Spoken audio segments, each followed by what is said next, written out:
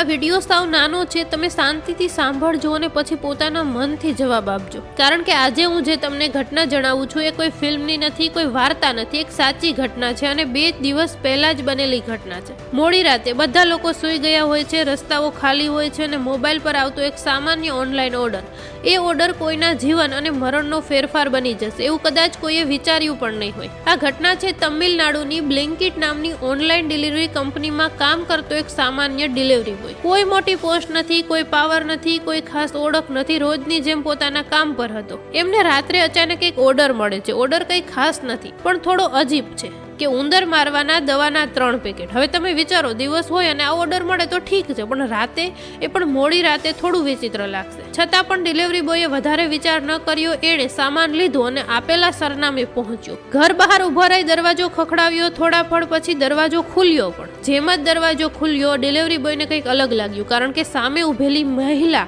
સામાન્ય નહોતી। એ રડી રહી હતી, આંખો લાલ હતી, ચહેરા પર ભારે થાક અને ટેન્શન હતું।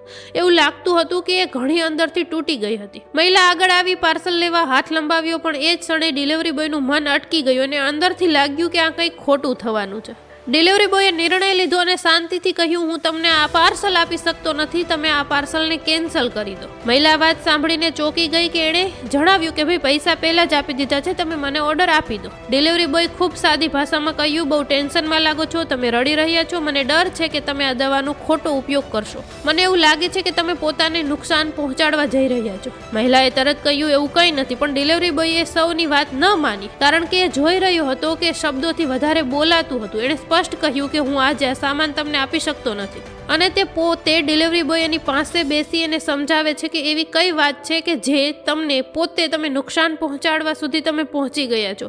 મહિલા જોર જોરથી રડે છે। ડિલિવરી બોય છે અને તેને સમજાવે છે, એટલી હદે સમજાવે છે કે મહિલા પોતે આ ઓર્ડરને કેન્સલ કરે છે અને પછી ડિલિવરી બોય ત્યાંથી નીકળે છે। આજના સમયમાં કેટલાક લોકો અંદરથી તૂટી જાય છે, પણ બહારથી કોઈને ખબર નથી પડતી। કોઈ હસે છે, કોઈ કામ પર જાય છે, કોઈ ફોન ચલાવે છે, પણ અંદરથી શું ચાલે છે ને કોઈને દેખાતું નથી। આ ઘટના આપણને એક જ વાત શીખવે છે કે નિયમો જરૂરી છે, પણ માણસાઈથી વધારે નહીં।